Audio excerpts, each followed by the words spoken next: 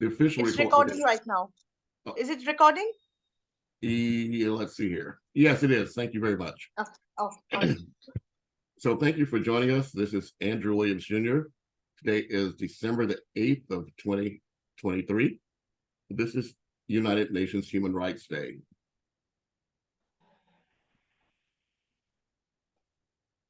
And thank everyone for joining us here. We have an international audience, and we, excuse me, we have an international audience as we're all celebrating this amazing day, which is the, as I said, the 75th anniversary of the Universal Declaration for Human Rights. I'm going to reshape my presentation here so we'll see each other a little bit better. So these are my opening remarks. Hello to all. Let all protocols be observed. My name is Andrew Williams Jr. I was awarded the title of the Honorable Andrew Williams Jr. by globalcal.net in October 2009, when I was appointed as one of the first Facebook ambassadors. I was awarded the title of Prince Andrew Williams Jr. by His Royal Majesty Dr. Ambassador Chukwudi Ahinatu on August 1st of 2020 of the Easy Igbo Palace in Accra, Ghana, through the auspices of Her Royal Majesty Ugobizi Uba Awunwa. I was awarded the title of Nana Yao Prince Andrew Williams Jr. by His Majesty Nana Bafor Fofi I of the Akan Kingdom based in the Ivory Coast on August 25th of 2020. Most recently, I was awarded an honorary doctorate in December 2021 by the Regnum International School of Chaplaincy by Dr. Peter Smith for my humanitarian works. Today, however, I welcome you to join us as president of 5 Points Youth Foundation, founded by retired Congresswoman and Ambassador to Micronesia, the Honorable Diane E. Watson, on November 7th of 1984. I'm just embarking on my 10th year in that position, with my first act to join the United Nations Global Compact. In addition, I'm honored to represent both the World Humanitarian Organization for Peace and Equity's founder, Chaplain James Mercy Obentumidi in Nigeria, as chairperson of its International Advisory Board, and as well for the Shola Agula Goodwill Ambassador Foundation, both headquartered in Nigeria, but Saga is also headquartered in Canada.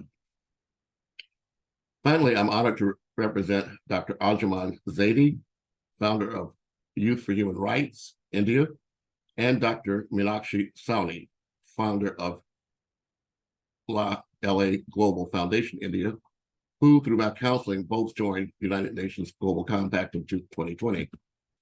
Special thanks go out to Dr. Shaleen Das of India and Her Excellency Ambassador Dr. Antoine Carol Grace Mabenga of USAID, whose energy and vision helped to bring us all together for the next few days. All of us and all of you are exercising human right number 29 by taking responsibility for operationalizing the United Nations Universal Declaration of Human Rights during this decade of action to deliver the Sustainable Development Goals, to leave no one behind. I'm here to remind you that it was the Paris Climate Agreement of 2015 that provided the worldwide push for the Sustainable Development Goals as a second iteration of the Millennium Development Goals, launched in 2000 for us to achieve peace on Earth during our lifetimes. Ironically, at this very same time today, world leaders are meeting at the 28th Annual Congress of Parties, or COP28, to find ways to mitigate climate chaos threatening life on Earth as we know it. Before I begin my presentation, I'm turning to Ambassador Chaplain James Mercy Obentumidi to open today's session. Are you there, Pastor James?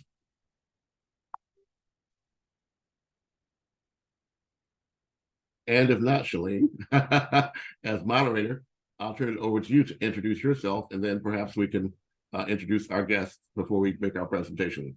So Shaleen Das, the floor is yours. Hi everyone, Namaste, all the way from India, Kolkata city. Many thanks to Dr. Andrew William for introducing me, and many thanks to WHOPE for organizing International Human Rights Day. Yes, indeed, we are celebrating 75th anniversary of UDHR. That's isn't amazing? Yes, I welcome you all. I know that this is a global worldwide forum. People are there from different parts of the world. So welcome you. Namaste. Hello. Good morning. Good afternoon, good evening. So we are celebrating Human Rights Day. The theme for 2023 is consolidating and sustaining human rights culture into the future. Let's all celebrate the 75th anniversary of UDHR. This means the state of being united. So, yes, we all are united to work for human rights and to make human rights a global fact. So, over to you, Dr. Andrew. Well, thank you so very much. And of course, technology is only great when it works. So I'm juggling devices, but I believe I'll be able to come back in just a moment to be able to share my screen and proceed. But while we are still waiting for others to join us, we still have 20 people here. This will be a 3-day event. And the actual date, of course, is December 10th. But our intent is to build up momentum for that. Those of you that are here that are not on, whose photo is not on the current flyer, if you do have a presentation of 5 or 10 minutes and you would like to make that presentation, we will be asking you to do that during the course of the next 3 days. And at the end, we will upload your photo and the description of your organization or activity in a booklet. So we are asking any of you to start thinking about what your presentation is. It'll be 5 to 10 minutes, but we're moving towards the future. So even though we're looking back 75 years, we're actually looking forward to 2024 and beyond. Next year, there's an event called the Summit of the Future. So what we're hoping to do is have an understanding of what these Universal Declaration of Human Rights are, all 30 of them, and also make our conclusion or make our decision as to how the work that we're doing impacts one or more of the Sustainable Development Goals. Again, as you may know, it was launched as the Millennium Development Goals in 2000, but it has Universal Declaration of Human Rights as its foundation. So we'll be looking for feel-good stories. You may hear also later from Patrick Chund, who will join us with the World Civility Index. His idea is that we need to bring positivity to the world. So what we're going to do is demonstrate how the work we're doing in our local communities does impact one or more of the Sustainable Development Goals, but with a particular outcome in mind. There's also something called tourismforsdgs.org. And it's unfortunate but true, but the top 1% of the population's wealth are doing 90% of the world's travel. So they come to our communities, and sometimes they have negative impacts on our community. But here in Los Angeles, we're expecting to host the 2028 Olympics. I was here in the 1984 Olympics. Many of you in South Africa, Japan, and others experienced the opportunities for tourists to bring millions and sometimes billions of dollars into the community, but none of it got down to the grassroots. Part of that's our responsibility. We have to be more welcoming to our community. We have to become community ambassadors so we can showcase the cultural attractions that we have, and also be aware of e-commerce. The world is global now. So it's important that we find a market worldwide for the local products that we have that can't be found anywhere else in the world. They make your place very, very special. So I'm going to ask if you could, the attendees here to raise your hands, and Charlene will identify you, and then you'll have an opportunity to show your video, show your smile, say hello to us, tell us which country you're from, a bit about your organization, and we'll move to the next person. So Charlene, I'll turn it over to you, and I'm going to come in on another device.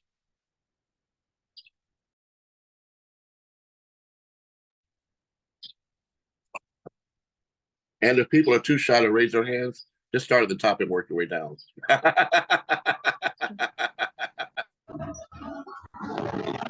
Ambassador. Oh, there you are. We can hear you, but not see you. Yes, Dr. Anita is here as the moderator, and also Elizabeth is also there. So let Anita moderate, please. So for you to get set for the teaching. Okay, Anita, go right ahead. Hello, everyone, and welcome. Welcome again. I'm so excited to be here. I am Her Excellency Ambassador Dr. Anita McCaney. I am a proponent of human rights through the U.S. Institute of Diplomacy and Human Rights, as well as with my institution, the Titus 10 Foundation through Lifestyle Image Network. And I'm so excited and delighted to be here with all of you. So greetings to all dignitaries, ambassadors, proponents for human rights, as well as those who are just excited to be here. So I am so excited for each and every one of you to share about what you are doing for human rights. As said earlier by Honorable Dr. Andrew Williams, we are looking at the 30 human rights. And so whichever of those that you personally attribute to or prefer, that is a blessing to your community, to your institutions, to your communities, and to your nation. So I hail from the United States of America, specifically the state of Ohio, where I was born and raised. And my foundation helps in many ways in many countries. And so we started with 10 girls in Accra, Ghana, to which we provide food, clothing, shelter. These are all orphaned girls there in Accra. And the human rights that come out through our foundation is basically education, the rights to education, especially for those who are poor, impoverished, and that along with their gender do not have the same opportunities as men. And so these 10 girls have grown up and we've cared for them in the last 3.5 years to provide them education. And many of them have desires to become nurses. And so we now have 3 of them in nursing school, kind of following my lead as a nursing professor and following in those footsteps. In addition, we also take care of 3 young men in Kenya who are pursuing STEM education. So careers in electronics, careers in things that are going to lead to future AI, technology, things of that sort, mathematics, all of those types of things is what they're pursuing there in Kenya to develop that in their nation. And so we also support them. In addition, we support a group of widows in Kenya. There's about 12 widows that we support currently, and they are pursuing just education in all things religious. And so as a Christian, I help them to learn more about the Bible because I'm also a Bible teacher and missions minister. And so I'm able to let them learn about the Bible in their language, which is Swahili. And we are excited to do that on a weekly basis. And most recently, I've made connections in Namibia where we are assisting a group who is giving water to people who are experiencing the drought that is taking place currently in Namibia. So part of human rights is the right to life, to liberty, to having a safe environment where you can pursue whatever you like, go back and forth to wherever you like. And so that is one thing that they have to have is water. And so because the wells are limited and because there's such a great distance from where they get water, we are able to supply that through the Titus 10 Foundation, help them to get gas in their vehicles so that they can deliver the jugs of water that they carry all the way to the communities that lack that most important resource. And so it's my delight to be here, and I'm excited to speak with all of you. So I do see that there is a raised hand. It's Dr. Tamisha Walker. You can go ahead and share. Thank you so much for being here, and thank you for what you do for human rights. Thank you, thank you, thank you. Are you able to hear me all right? Yes, we can hear you. Okay, thank you so much. So Good morning, and thank you for the invitation, Dr. Andrew Williams and WHOPE with Chaplain Dr. James Mercy. I am honored to speak with you today and to come together as we do celebrate the 75th anniversary of the Universal Declaration of Human Rights. As announced, I am Dr. Tamisha D. Walker from the United States and hailing from the state of Ohio as well. The theme being of this anniversary, freedom, equality, and justice for all, is one that deeply resonates with me in the mission of my nonprofit organization, Heart for the Hopeless, where we grow hope. We believe that all mothers and infants deserve the right to quality health, medical care, and strong family foundations. We help them to form those things and use the pillars of freedom, equality, and justice to be built upon that. So the statistics for families are sobering, with over 800 mothers dying every day from preventable causes related to pregnancy and childbirth. And with so many moms being lost, we also have infants that are dying every day in the first month of life. And so this suffering we see is disproportionately impacted in marginalized communities. So every day with Heart for the Hopeless, we advocate for families, supporting them as they face high-risk pregnancies, infant and health complications, and this maternal mortality. So we provide peer support, medical referrals, home visits, and so much more to ensure that the mothers have what they need for an educated and healthy pregnancy. While crisis strikes, as it often does so many times with these mothers in underserved communities, we mobilize to deliver emotional, practical, and financial support. That making sure that no mother across the entire globe should endure pregnancy, postpartum, or neonatal intensive care unit journeys like my own, or even infant loss journeys alone. And so in the past few years, we've partnered with businesses like Birthing Destiny Maternal Services, expanding to offer childbirth, parenting classes, tangible support to mothers and babies and orphans in high-risk situations, where we have had an opportunity to hold the hands of grieving parents that said goodbye to their babies too soon. And we even had the opportunity to celebrate alongside families being able to bring home their infants after months in intensive care. So there's no freedom when we don't have access to compassionate maternal care. And there's no equality when preventable death steals our babies and mothers from communities of color at disproportionate rates. And there's no justice as long as wealth and knowledge dictates who gets to raise their child in health and peace. So we continue our mission until the day all mothers and infants, regardless of race, income, or geography, can equitably thrive.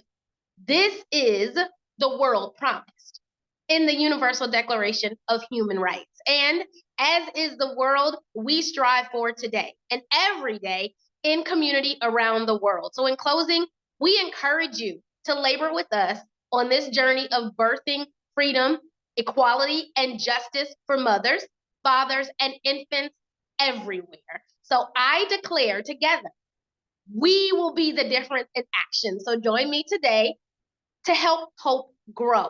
Tag me online on social media platforms at Tamisha Walker and declare I am a difference maker because you are. And in celebration today, let's do this together. Connect with me. Thank you all so much. Thank you so very much, Dr. Tamisha Walker, for what you do. Our next speaker, Ambassador Moses Akiru Ekasiba, and forgive me if I say your name incorrectly. You have the floor at this time. Welcome. Please mute so that we can hear from Ambassador Moses. Thank you. Yes, thank you so much, Anita, for giving me this invitation.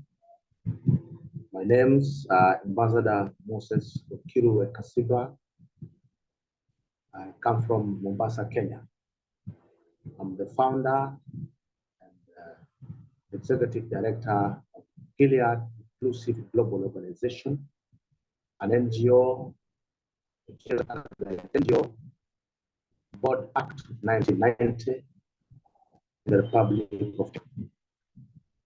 Among the objectives we do in this republic, we promote agricultural activities by training farmers, modern farming equipments.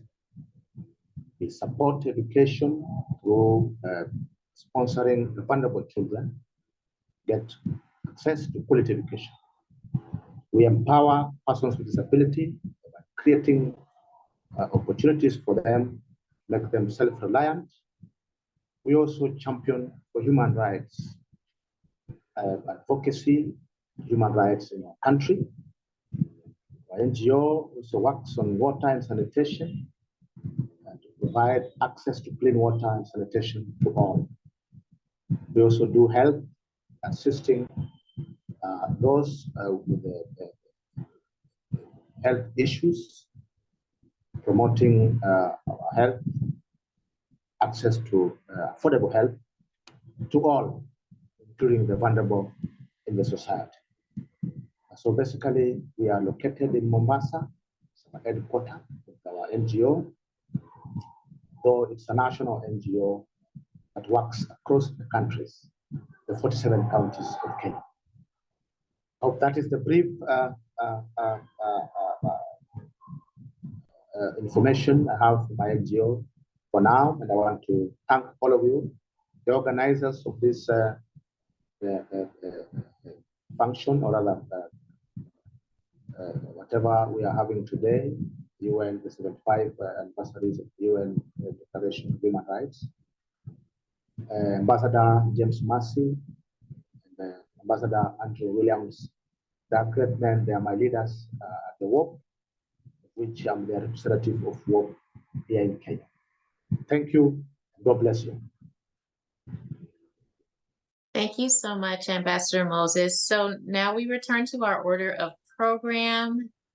We have introduced our dignitaries and a few of our speakers, but now we do have the workshop proper, and I will return that to either Honorable Andrew Williams, or we have not yet heard from Chaplain James Mercy O.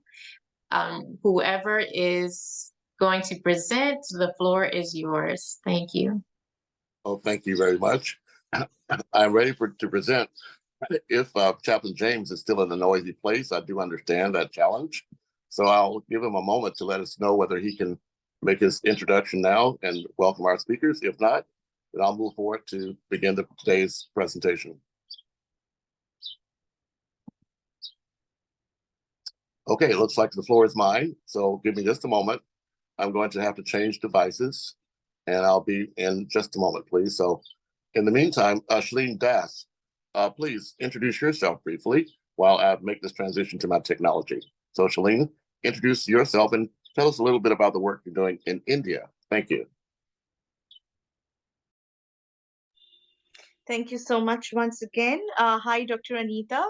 Hello, Chaplain James. Many thanks to Chaplain James and Peter Smith. And again, Dr. Andrew. It's amazing to work with Chaplain James and Dr. Peter Smith and with Andrew and with WHOPE organization, the great organization working with human rights affairs, even on human rights issues. Talking about me, I come from India, Kolkata city. I started my journey when I was in standard 5 because my mother, she was a part of UN and she wanted her daughter to work with, social work and to work for human mankind. Till then, that's my mission. And when I grew up, I studied human rights and studied human rights facts, and that's how I made my full-time profession, human rights. And apart from that, even I'm a trainer for aspiring flight attendant, grooming and soft skill and etiquette trainer. So I have two professions, human rights and aviation industry. But coming from human rights background, when I was growing up, I saw the most devastating state of a man, woman, and a kid everywhere on this planet Earth. And even if I talk, then especially in India, then I target youth, because I know the person who have moved ahead, they have gone ahead. We cannot change their mentality, we cannot change them, but we can target the young people, the youth, who all are the ray of hopes. So since then, I started working with youth affairs, and I made my full-time profession. I'm a human rights lecturer, professor, trainer in various colleges worldwide, even in India, even in Kolkata city. So then I started bringing human rights education in universities, because for me, a lawyer will only come to know the rights and the laws. That's not, correct, and it's nowhere written that this profession is just for lawyers. And even in India, people think that human rights education comes under humanities, those who studies arts. But no, it's a open forum for everyone. It's not for just for arts background people. It's for arts, science, commerce, everybody. Because I can see that anybody can be the victim of domestic violence, whether that person is coming from arts background, science background, or commerce background. And if that person is becoming the victim, what is the awareness, what are the steps, what he or she should do that time? So that's how I started the mission, and I'm the first person in India who is bringing human rights education as a permanent and as a extra activity subject, which will be compulsory for all the young ones in universities. I'm going personally educating them, doing internship. I started internship program, I started train the trainers program, I started seminar programs, I started workshop programs. That's how I started my journey in teaching in New Alipur College, in Bhavanipur College, in Government Digvijay College, in St. Xavier's College, even in many more Catholic colleges, top colleges here in India, in Kolkata, Delhi, Bangalore, Bombay. That's how I started my journey. And I received my doctorate recently. Many thanks to Peter Smith and to Chaplain James.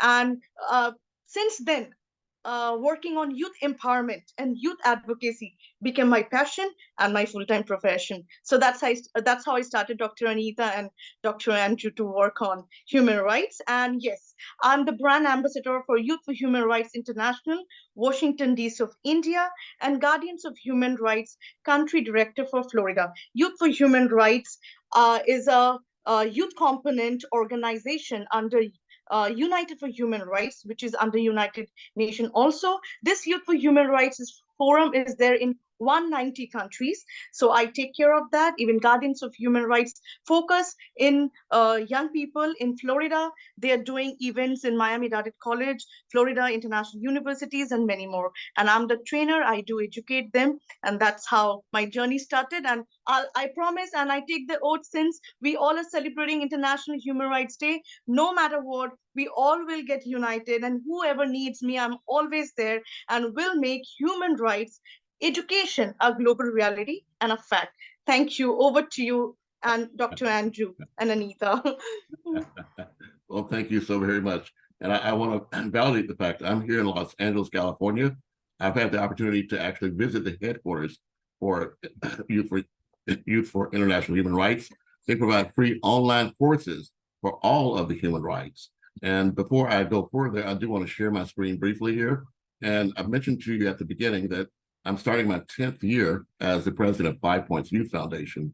That was founded by Congresswoman at that time, Diane E. Watson, and she went on to become an ambassador for Micronesia during her lifetime, appointed by President Clinton.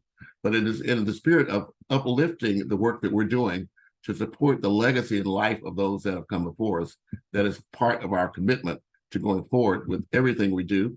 And we invite all of you to choose someone in your own history that you can look up to, so that the youth coming behind us can look up to you.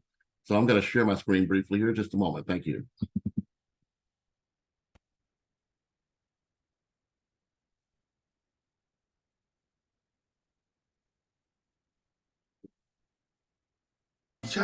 Manager was murdered coming out of a fundraiser. My campaign manager was murdered coming out of a fundraiser. And I was going to give it all up. I'm trying to find a way in which we can also, through Diane, tell a story Tell a story. The great Congresswoman Diane Watson. Congresswoman Watson. And I see the influence that he had. So I said, why can't we identify with our gene pool? We originated off the continent of Africa. That silver feeling that you have in your mouth, but it's always giving off vapors that go to the brain, and you wonder why children are dulled down. I want to see that every single child gets a quality education.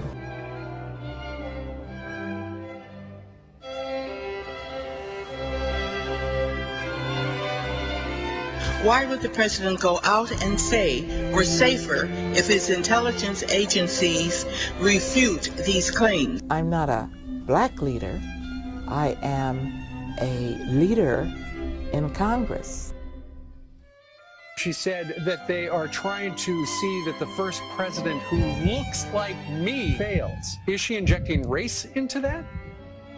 Diane Watson, California's golden heart.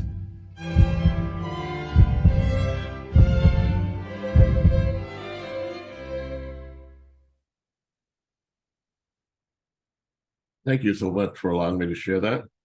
And I'm going to adjust my screen again. It takes just a moment for these transitions. So thank you so much for bearing with me.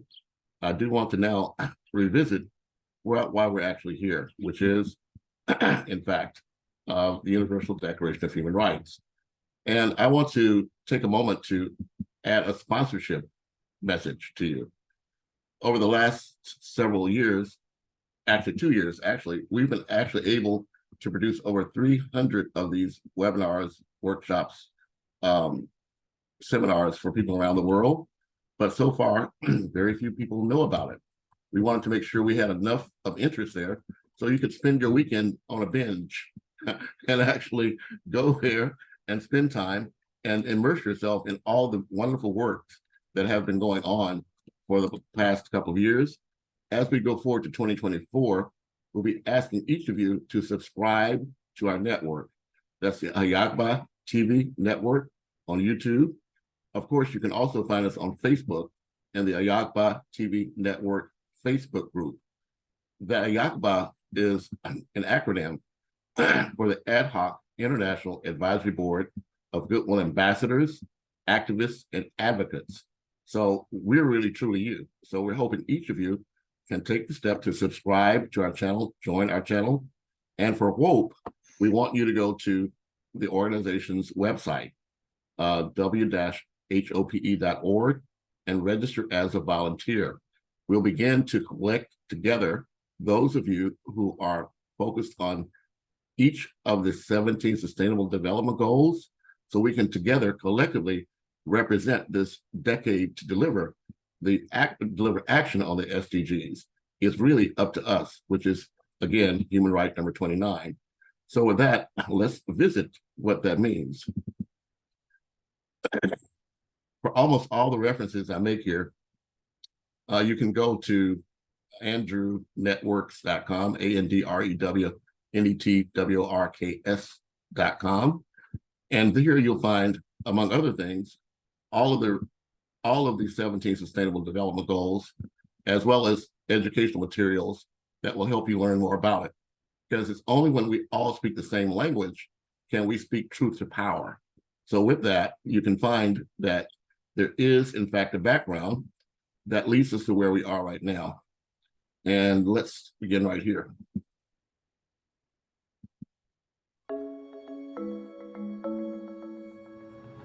Human rights is, geez, that's a good question. Human rights. Oh, that's a tough one. Wow. I don't even know how to give that a definition. I would probably have to do a little bit of homework or something. Yeah, any right that I think just as a normal, human, The rights that humans have. Oh, that's a very large debate. Tú le puedes preguntar a 20 personas y te van a dar 20 diferentes opiniones. Non saprei, una domanda complicatissima. Yes, we just take them for granted that they're there, but we don't even consider what they are.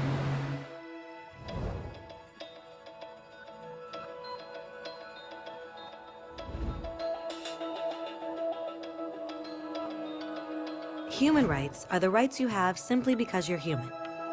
It's how you instinctively expect and deserve to be treated as a person, like the right to live freely, to speak your mind, and to be treated as an equal. There are many kinds of rights. Most apply to a certain group. But human rights are the only ones that apply to absolutely everyone, everywhere. That means kids, old people, poor people, basketball players, garbage men, rappers, teachers, Africans, Indians, Albanians, Christians, Muslims, Kabbalists, atheists, your mom, your dad, your next door neighbor, and you all have the exact same human rights. In other words, they're universal. But the question remains, what are they? Name the human rights? What the human rights are? The right to live. Equality between all peoples. Right to religion, the right to... Is there supposed to be a list somewhere I should be aware of? According to the United Nations, there are a total of 30 human rights, which are usually lumped together and called simply human rights. They're all listed out in the Universal Declaration of Human Rights, which is the world's most widely accepted document on the subject. But it was a long time in coming. At first, there were no human rights. If you were in with the right crowd, you were safe. If you weren't, well, you weren't. But then a guy named Cyrus the Great decided to change all that. After conquering Babylon, he did something completely revolutionary. He announced that all slaves were free to go. He also said people had the freedom to choose their religion, no matter what crowd they were a part of. They documented his words on a clay tablet known as the Cyrus Cylinder. And just like that, human rights were born. The idea spread quickly to Greece, to India, and eventually to Rome. They noticed that people naturally followed certain laws, even if they weren't told to. They called this natural law, but it kept getting trampled on by those in power. Not until 1,000 years later in England did they finally get a king to agree that no one can overrule the rights of the people, not even a king. People's rights were finally recognized, and they were now safe from those in power. Kind of. It still took a bunch of British rebels declaring their independence before the king got the point that all men are created equal. Which isn't to say he liked the idea, but he couldn't stop them, and America was born. The French immediately followed with their own revolution for their own rights. Their list was even longer, and they insisted that these rights weren't just made up. They were natural. The Roman concept of natural law had become natural rights. Unfortunately, not everyone was so thrilled. In France, a general named Napoleon decided to overthrow the new French democracy and crown himself emperor of the world. He almost succeeded. But the countries of Europe joined forces and defeated him. Human rights was again a hot topic. They drew up international agreements, broadly granting many rights across Europe. But only across Europe. The rest of the world somehow still didn't qualify. Instead, they got invaded, conquered, and consumed by Europe's massive empires. But then a young lawyer from India decided enough was enough. His name was Mahatma Gandhi, and in the face of violence, he insisted that all people of Earth had rights, not just in Europe. Eventually, even Europeans started to agree. But it wasn't going to be that easy. 2 world wars erupted. Hitler exterminated half the Jewish population of Earth in horrifying Nazi death camps. And all told, 90 million people died. Never had human rights been so terrifyingly close to extinction. And never had the world been more desperate for change. So the countries of Earth banded together and formed the United Nations. Their basic purpose was to reaffirm faith in fundamental human rights, in the dignity and worth of the human person. But what were human rights? Were they the proclamations of Cyrus, the natural laws of Rome, the declarations of France? Everyone seemed to have a slightly different idea of what human rights should be. But under the supervision of Eleanor Roosevelt, they finally agreed on a set of rights that applied to absolutely everyone. The Universal Declaration of Human Rights. The French concept of natural rights had finally become human rights. So, in summary, at first, only a few lucky people had any rights, until one of those guys decided, hey, other people should have some rights too, which was great, except not everyone agreed. And it only took a few thousand years of fighting and declarations and more fighting until everyone finally agreed that human rights should apply to everyone. And they all lived happily ever after. Except for one little problem. If people have the right to food and shelter, why are 16,000 children dying of starvation every day? 1 every 5 seconds. If people have freedom of speech, why are thousands in prison for speaking their minds? If people have the right to education, why are over 1 billion adults unable to read? If slavery has truly been abolished, why are 27 million people still enslaved today?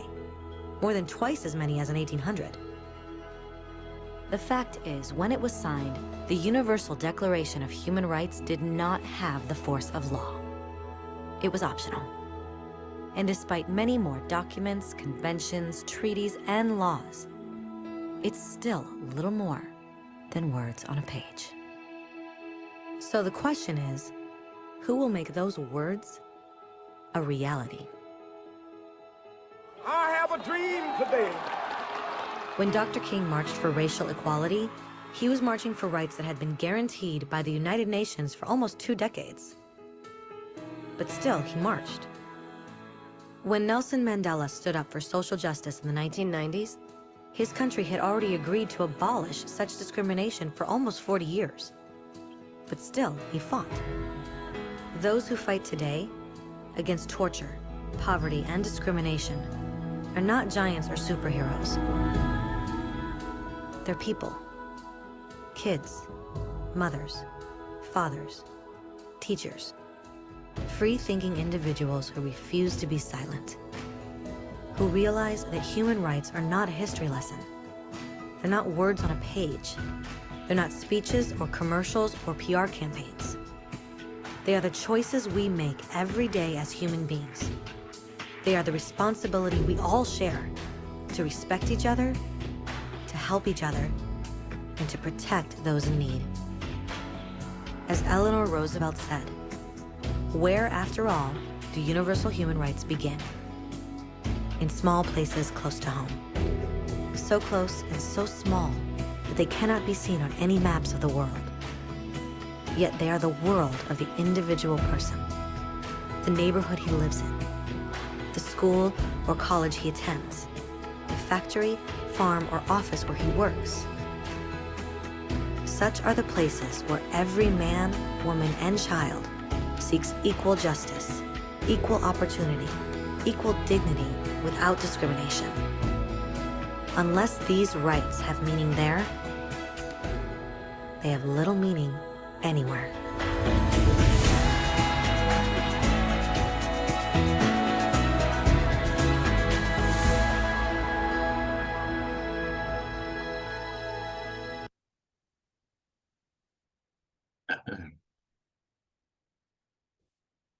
Well, thank you. I hope that gives you an overview of where we are and what brings us together here.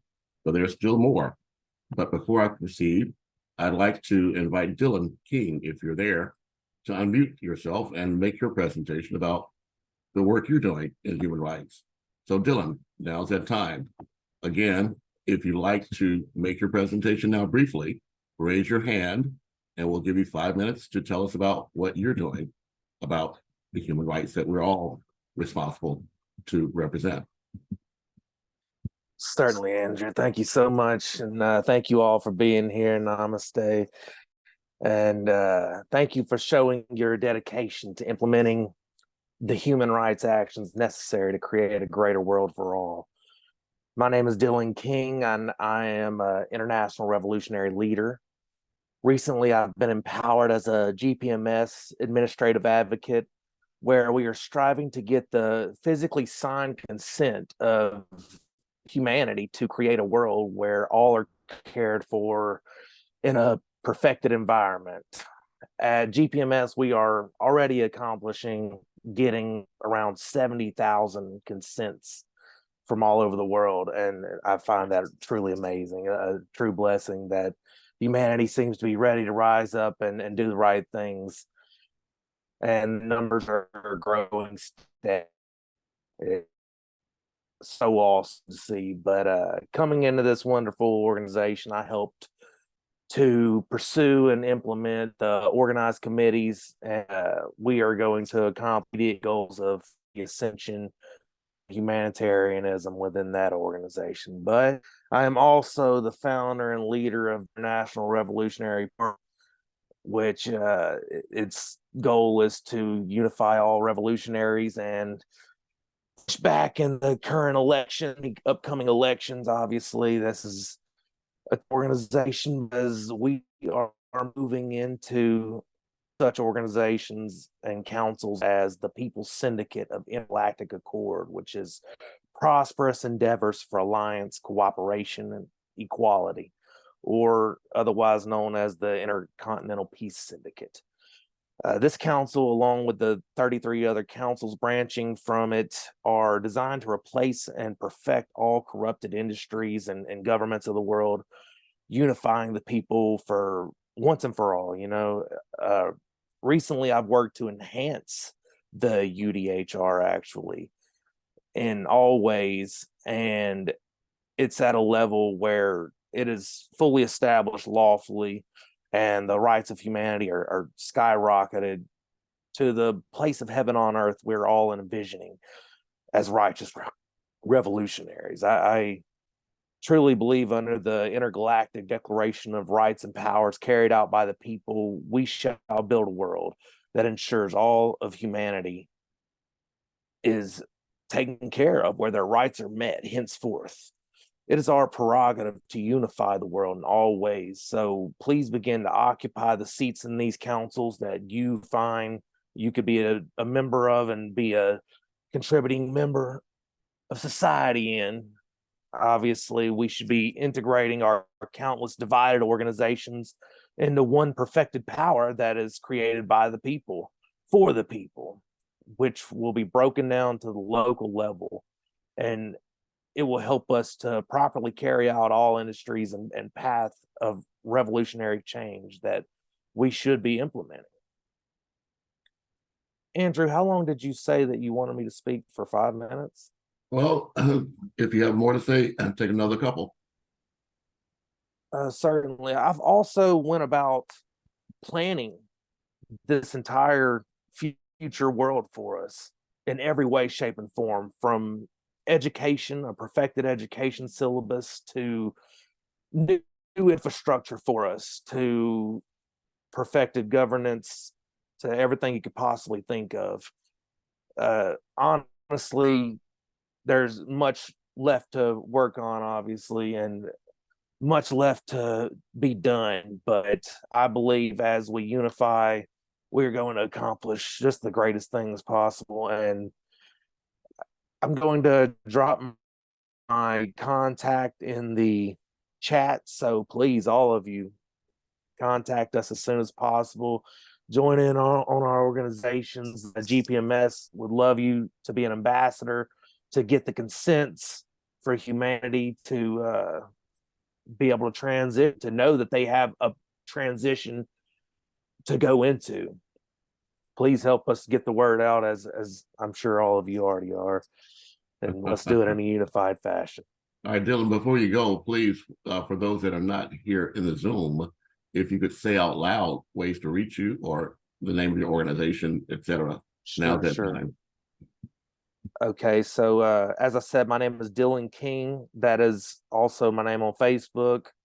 And there are many routes to get a hold to me. That is the onerevolutionary@gmail.com or truthparty.com-Dylan, or just truthparty.com really is probably a good place to start looking for us and be able to find us.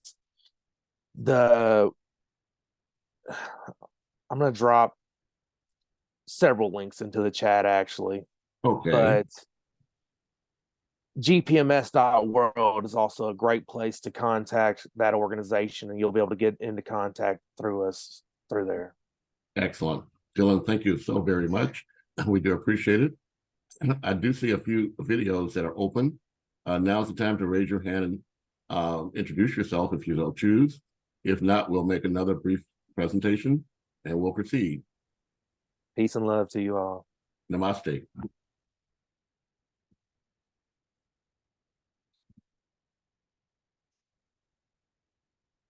Very well. Let me again go back to where we began. As I said, the Sustainable Development Goals that we're working with now are only the second iteration of the Millennium Development Goals. I'm not new to the rodeo, so to speak. In 2009, I was among the negotiating team that successfully secured the country of Senegal to be an underwriter of the United Nations Millennium Development Goals Awards that year in 2009 that honored Desmond Tutu, among others. But I do want to read to you this message from the General Assembly of the United Nations on March the 17th of 2009. The human family is one. Like any family, it needs a home, a place to come together. The UN aspires to be that home. That is why it is such an honor to be at the General Assembly tonight. Here one can say we, and really mean everyone, all of us, without boundaries of race, religion, nation, or gender. This is a place for real family values and policies that serve this one very fascinated and funny human family. In our family tonight, there are mothers who must choose which of their children will have enough calories to be alive tomorrow and which might not. Our aunts, our sisters, our mothers should not be in this plight. We hear much about Wall Street's needs and the crisis on Main Street, but for nearly half the human family, their crisis relates to no street. For them, crushing poverty is a dead end. Sadi, the Persian poet of the 13th century, saying, the human family is one body with many parts, creations arising from one unseen essence. Any harm to any part summons an awakening, a dis-ease, and a healing response from all parts. Without feeling the suffering of others, how can we call ourselves truly human? Mahatma Gandhi said that to make good political policies, one need only place before oneself the image of the poorest person and decide whether the policy will or will not help that person. Jesus said that what we do to the hungry and the least among us, we do to him. If we do not respond to the fact that nearly a third of humanity is without safe, clean water, that half our family is living on less than $2 per day, that thousands of children die each day from preventable diseases and starvation, and that the failure to provide the environment hits these innocent lives, innocent victims the hardest, we are contributing to a gross injustice of enormous proportions. From such injustice, only the whirlwind of chaos will be reaped. And just as a reminder, the Millennium Development Goals that address this crisis in our community were a landmark of compassion and justice in action. For the first time in human history, all the nations of the world committed to a set of interconnected goals. Number one, to eradicate extreme poverty and hunger. Number two, to achieve universal primary education. Number three, to promote gender equality and empower women. Number four, reduce child mortality. Number five, improve maternal health. Number six, combat HIV, AIDS, malaria, and other diseases. Number seven, ensure environmental sustainability. And number eight, develop a global partnership for development. Those of you who are familiar with the 17 Sustainable Development Goals understand that what we are dealing with now is a continuation of that first effort in 2000. And it will not end in 2030. The idea is that we will, in fact, have another set of goals following that for another 15-year term. So this is intended to continue until we do achieve the objective of leaving no one behind and finding and creating peace on earth during our lifetime. Those 8 goals I mentioned to you before were created by a handful of people in the bottom of the United Nations basement. But these 17 Sustainable Development Goals were informed by a worldwide survey of over 3 million young people that contributed to what we now know as the Sustainable Development Goals. They are: number 1, no poverty; number 2, zero hunger; number 3, good health and well-being; number 4, quality education; number 5, gender equality; number 6, clean water and sanitation; number 7, affordable and clean energy; number 8, decent work and economic growth; number 9, industry, innovation and infrastructure; number 10, reduced inequalities; number 11, sustainable cities and communities; number 12, responsible consumption and production; number 13, climate action; number 14, life below water; number 15, life on land; and number 16, peace, justice, and strong institutions. And what we're actually doing here today, we're creating a global partnership for the goals. However, again, for those young people who may not know or have any idea about what these goals are or what they mean, or how can you explain to them what these goals actually mean? On my website, andrewnetworks.com, you can find this SDG pyramid for happiness, or the happiness SDG pyramid. You can also find it at sdgpyramid.org. They broke down these goals into 3 separate foundations. The first pillar is dealing with people, goals 1 through 10. The next level deals with the ecology, 11 through 15, and the last 2 for spiritual implications of the goals. But coming to today's purpose, again, I want to review with you this brief video.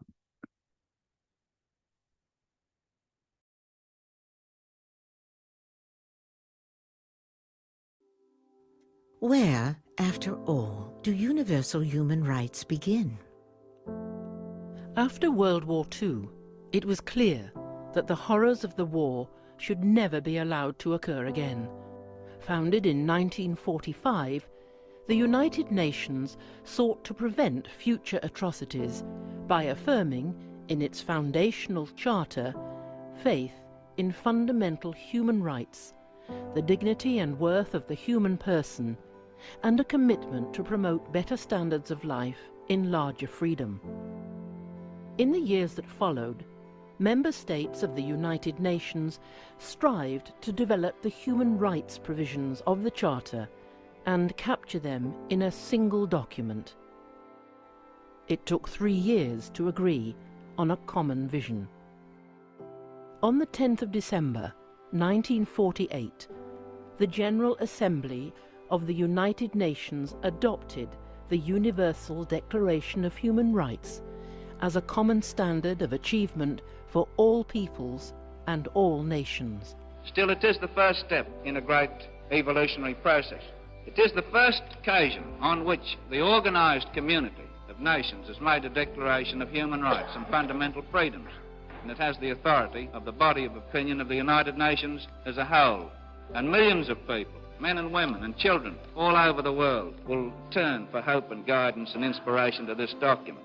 While history alone can determine the historic significance of an event, it is safe to say that the declaration before us may be destined to occupy an honorable place in the procession of positive landmarks in human history. The declaration consists of a preamble and 30 articles, with Article 1 powerfully proclaiming that all human beings are born free and equal in dignity and rights. No discrimination, right to life, liberty and security, no slavery, No torture or cruel, inhuman, or degrading treatment or punishment. Equal protection of the law. No arbitrary arrest, detention, or exile. Fair and public hearing. No arbitrary interference with privacy. Right to freedom of movement. Right to seek and enjoy asylum. Right to a nationality. Right to marry and to found a family. Right to property. Freedom of thought, conscience and religion. Freedom of opinion and expression. Freedom of peaceful assembly and association. Right to take part in government. Right to work. Right to rest and leisure. Right to food, clothing, housing, medical care and social services. Right to education. Right to participate in cultural life. These human rights are not country-specific. They are not a reward for good behavior or particular to a certain era or social group. They are the rights of people of every color, from every race and ethnic group, whether or not they have disabilities, citizens or migrants, no matter their sex, their class, their caste, their creed, their age, or sexual orientation. The Declaration has generated action for human rights protection in many ways. It has inspired hundreds of human rights instruments that together constitute international human rights law and a number of international bodies and mechanisms for human rights protection. The principles of the Declaration have supported the decolonization struggle and have been enshrined in the constitutions of the newly established countries which have joined the United Nations. The Declaration has inspired national and regional human rights protection systems, including legislation and institutions. And it continues to guide the work of human rights defenders and advocates worldwide. Today, the Declaration is available in more than 500 languages and dialects, and it has obtained the Guinness World Record for the most translated document in the world. The 10th of December, the day on which the Declaration was adopted, is celebrated each year as Human Rights Day.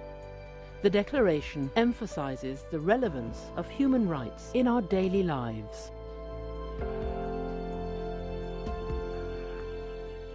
Where, after all, do universal human rights begin? In small places close to home, so close and so small that they cannot be seen on any maps of the world. Yet they are the world of the individual person, the neighborhood he lives in, the school or college he attends, the factory, farm, or office where he works. Such are the places where every man, woman, and child seeks equal justice, equal opportunity, equal dignity without discrimination. Unless these rights have meaning there, they have little meaning anywhere. Without concerted citizen action to uphold them close to home, we shall look in vain for progress in the larger world.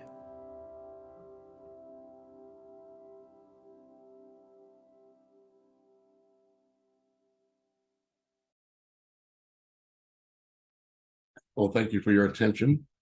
This provides a background for why we're here today. This is, in fact, the intent for us to become more familiar with the Universal Declaration of Human Rights. But I do have additional thoughts in mind. Earlier, Dr. McKinney referred to this as a workshop. There will not be a test. This is what you might call an open book test. It's about how you can take advantage of the tools, skills, resources that we have here and make them applicable in your own daily life. In that regard, I'm going to ask you to direct your attention to the screen, and you will be able to, if you choose, participate with the global effort for this focus on human rights. But December 10th is not the end of the journey, it's just the beginning.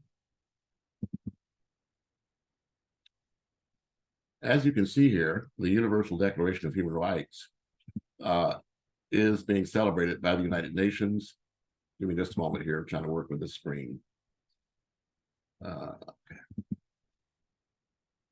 The United Nations is celebrating Human Rights Day.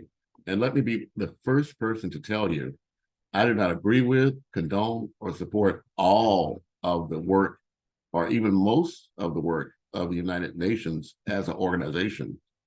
I'm horrified by the deaths and destruction that's been caused by representatives of the United Nations in places like Haiti, Somalia, and around the world. And yet, it is still the largest organization representing most of the people on Earth in their nations. But today we're focused on the Universal Declaration of Human Rights.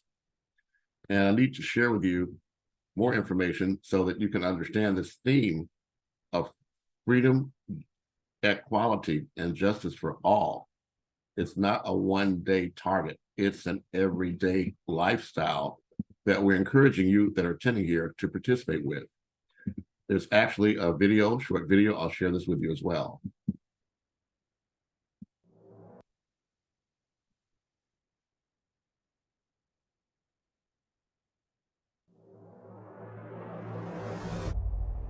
"75 years ago, something remarkable happened on the global stage. The world united to adopt the Universal Declaration of Human Rights. This powerful moment emerged from a turbulent era filled with wars, genocide, nuclear threats, and economic instability. Despite these challenges, nations came together to make a solemn promise to protect and advance the rights of every individual. In 1993, as the Cold War thawed and the Internet expanded rapidly, the Vienna Declaration and Program of Action played a crucial role in reinforcing human rights principles. Both the Universal Declaration of Human Rights and the Vienna Declaration have been beacons of inspiration, igniting meaningful change worldwide. Human rights have become integral to governance and decision-making. Movements like Black Lives Matter, Me Too, Fridays for Future, indigenous activism, and women's protests have empowered individuals to stand up for their rights and challenge injustice. Young people especially have embraced the language of human rights to voice their concerns, and some countries' courts have held wrongdoers accountable, even recognizing the right to a healthy environment. The idea of a human rights-based economy is gaining traction, offering a way to tackle global inequalities and aligning with the Sustainable Development Goals. Yet, human rights violations persist in many parts of the world, often without consequences.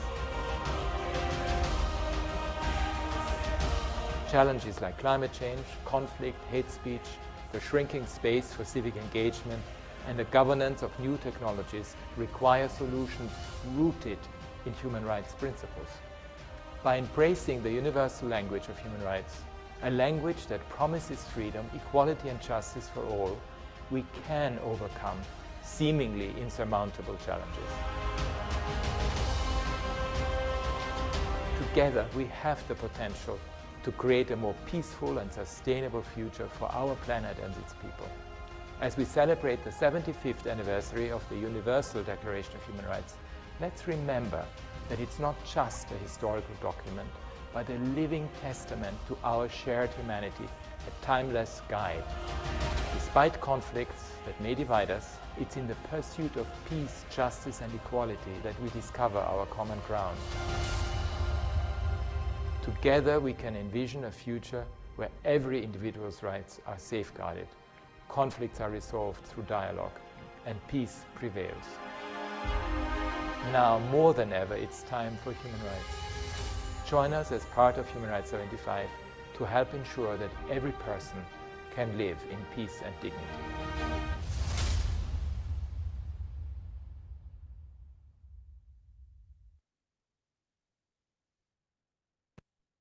Well, thank you. Again, I just want to let you know that what we're doing here is not based on 75 years ago. It's based on what we do right now today and for the rest of our lives. I'm going to open up the floor briefly again for anyone to raise your hand or make any comments. And then I'll move forward to the closing of today's session. Tomorrow we'll begin going through each of the 30 human rights. But today has been an introductory session. So the floor is open for anyone that would like to make a comment or question. Raise your hands and Shalene Das will recognize you and you can proceed.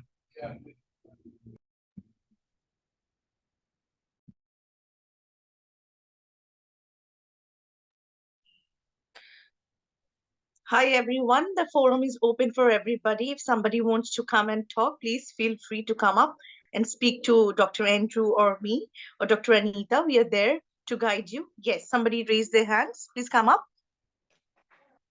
Yes, I have a question as far as it goes. I have someone who wanted to speak possibly tomorrow or something along those lines. Is that's a possibility to get her in here still, right?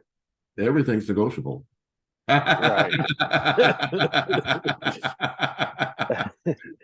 Okay, and it's their human rights. Indeed. So I should just tell her to just come in here into the Zoom tomorrow around 9 and she'll be free to speak. Well, ask her to do what you did, Dylan, which is inbox me her photo and her name and her country and what organization she represents. And we'll get her on the list. Okay. Very simple. All right, thank you so much. And I just wanted to say that I did drop several links in my contact in the chat. So please let us unify efforts to the best of our ability and change the world. I believe in you guys. Well, peace and love, y'all. Us guys. Yeah. Us, all of us, everyone. One more time. This is the Universal Declaration of Human Rights 75th anniversary, and on their website you can find this information. When I come to you with these we call them workshops, right? But they're actually a train the trainer events where I'm providing you information that I hope that you'll both enjoy yourself, but also to take advantage of these resources so that you can help educate your own community so that when you're talking to people, they'll look at you without understanding. Just as a brief review, the Universal Declaration of Human Rights enshrines the rights of all human beings, from the right to education to equal pay. The Universal Declaration of Human Rights established for the first time the indivisible and inalienable rights of all humanity as a common standard of achievement for all peoples and all nations. The UDHR is a global footprint for international, national, and local laws and policies, and a bedrock of the 2030 Agenda for Sustainable Development. The 2030 Agenda for Sustainable Development explicitly recognizes it is grounded in UDHR and has to be implemented in a manner that realizes human rights. The UDHR has inspired many struggles for stronger human rights protections and helped them to become more recognized. In the nearly 75 years since the proclamation of the UDHR, human rights have advanced. However, progress does not mean the fight for rights and equality ever ends. Whenever and wherever humanity's values are abandoned, we are all at greater risk. The solution to today's greatest crisis are rooted in human rights. So I'm going to make a brief presentation of one of our other key sponsors here as a demonstration of ways that we're actually working to address issues of human rights in our community. Because at the end of the day, we would like to get an example from each of you about what each of you are doing and how what you're doing can be expanded and also can provide a guidance for role models for people in your local community. So bear with me just a moment again while I shift my introduction to the Saga Foundation. As I mentioned to you at the top of the hour, I'm the chairperson of the WHOPE International Advisory Board, but also of the Saga Foundation. And I want to give special thanks and appreciation to Shola Agula. In 2020, he was actually one of our Goodwill ambassadors for 5 Points Youth Foundation. But I encouraged him to take the effort to establish his own foundation, the Saga Foundation, because the work that he had been doing was for other organizations that got the benefits of his work. So the Saga Foundation, its mission is to bring hope, health, healing, and education to those in need. The Saga Foundation is a not-for-profit organization dedicated to making a positive impact on the lives of people in need. We strive to make a difference through our humanitarian efforts. Our mission focuses on providing vital medical equipment and supplies to communities across Africa and beyond. We also help with educational supplies and computers to enhance learning in schools. Through our medical projects, we ensure that communities have access to essential medical resources, regardless of their economic circumstances. Over the years, we have supported healthcare facilities and organizations in remote areas in Africa, especially in Nigeria, where access to quality healthcare is often limited.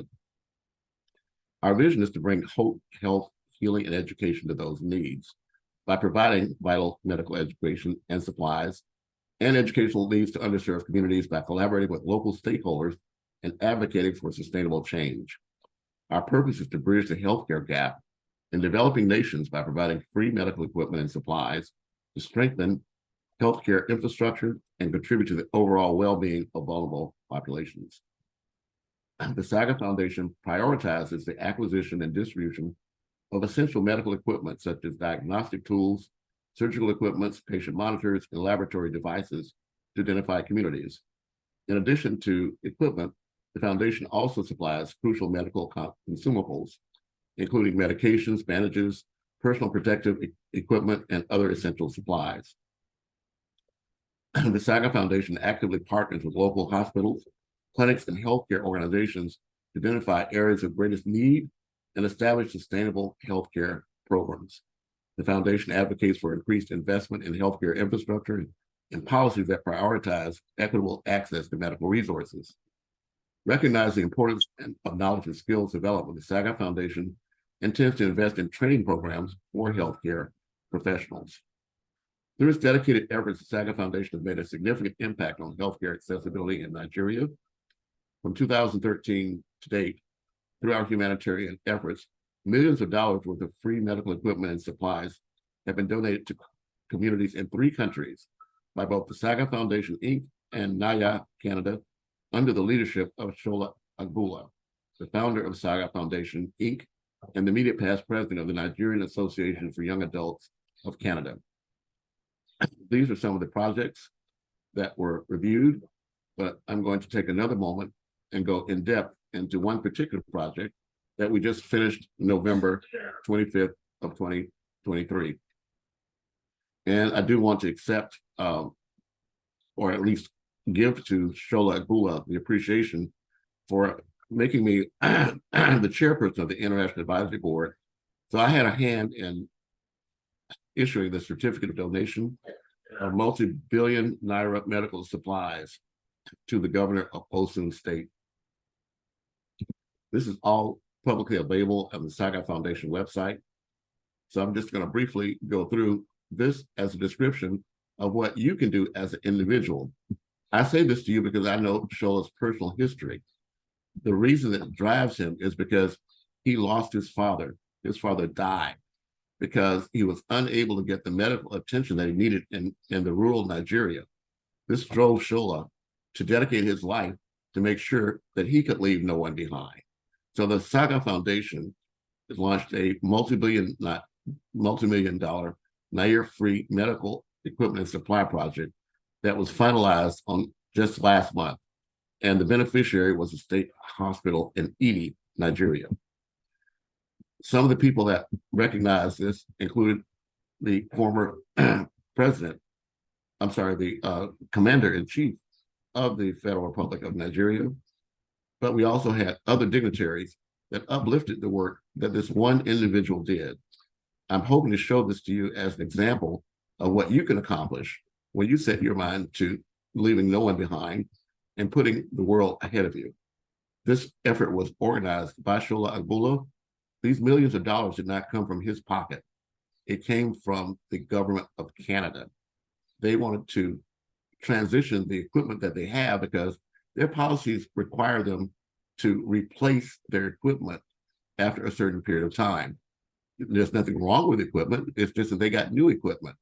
And it was on behalf of the Nigerians and the Diaspora Commission that Shola Agbula represents that was able to make this donation on behalf of the High Commissioner to Canada in Nigeria for the government of Canada. All this came out of one person's inspiration. So I'm just asking you to become the one to be that person in your life and in your family to take responsibility for using your efforts to leave no one behind. So, Dr. Anita McKinney, I'm going to turn it back over to you and Shalem to close us out for any closing thoughts or questions for today. Thank you so much, Prince Andrew. Thank you to all of you who have attended. Just wanted to make sure there weren't any other further questions regarding today or any other comments before we round up. I currently don't see any other hands. So I will assume that we have shared our hearts today. So once again, we want to thank the World Humanitarian Organization for Peace and Equity with Chaplain Dr.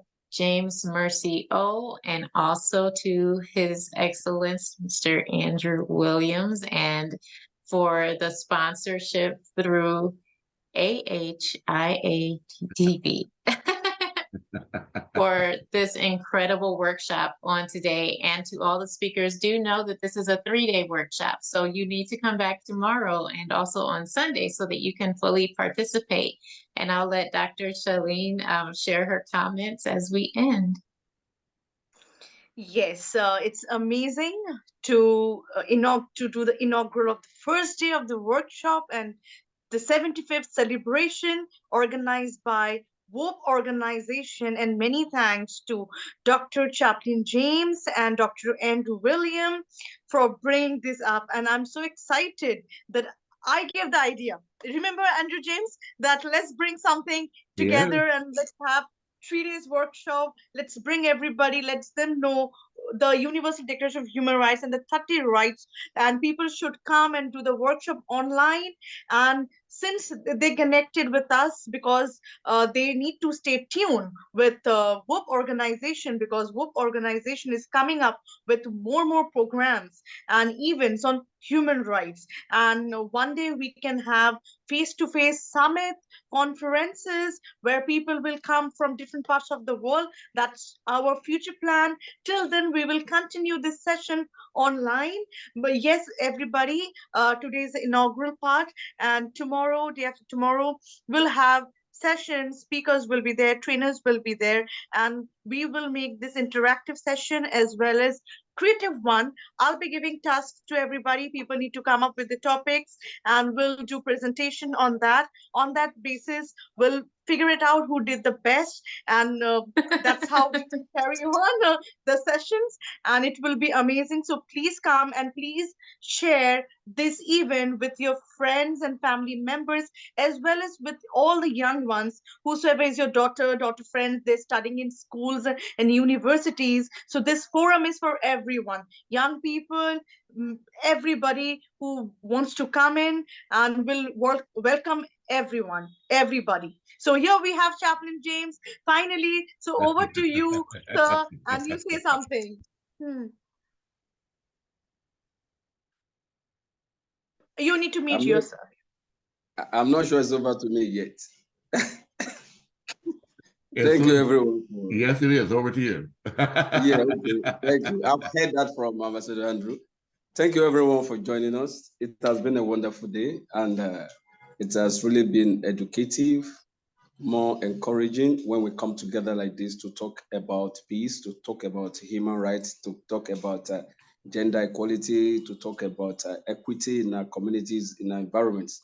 So today has been a wonderful day, and today is the day one of this program. We have 3 days. Today is the first day. Tomorrow, we are still expecting more participants, more speakers, and on the grand finale on Sunday, we're going to have more facilitators as well. And also on Sunday is going to be award presentation day, because we have some people who has been so volunteering with us.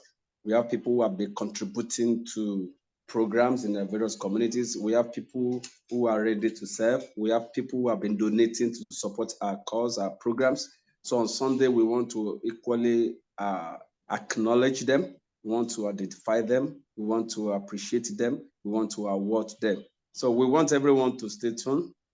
Tomorrow, the program continues, and on Sunday as well. So thank you everyone for joining us. Great thanks to Ambassador Andrew Williams Jr. for being there for us always.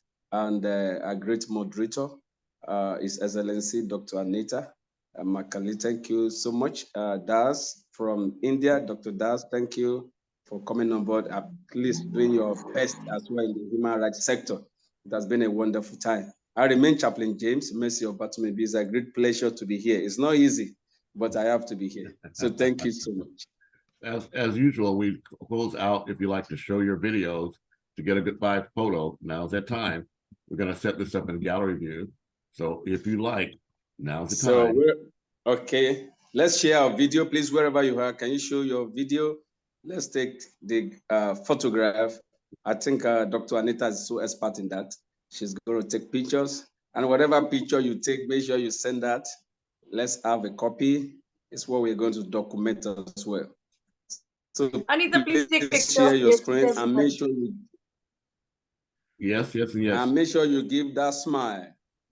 If you are not smiling, okay, hopefully everyone is smiling. Give a smile, give a smile. Give a smile. If you are not smiling, it will not be good. So let's give a smile. Okay, to make sure you have come with your smile. That's good. Top one, Bay. Where's your photo? Okay, very good. All right. Dr. Shalene's taking photos also, so thank you. Yeah. Very good. I've taken several. Let's give a smile. All right.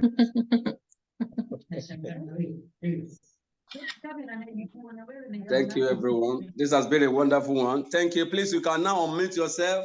Say hi, greetings, send greeting to others. You can now unmute yourself, talk, send greetings to each other, one another. Welcome, everybody. Thank you. Thank you so much. Thank you. God bless you all. Have a wonderful, wonderful day. See you tomorrow. All right, thank you so much.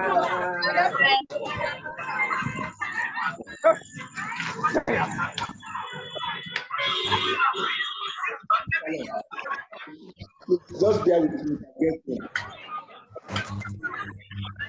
Okay. I'm still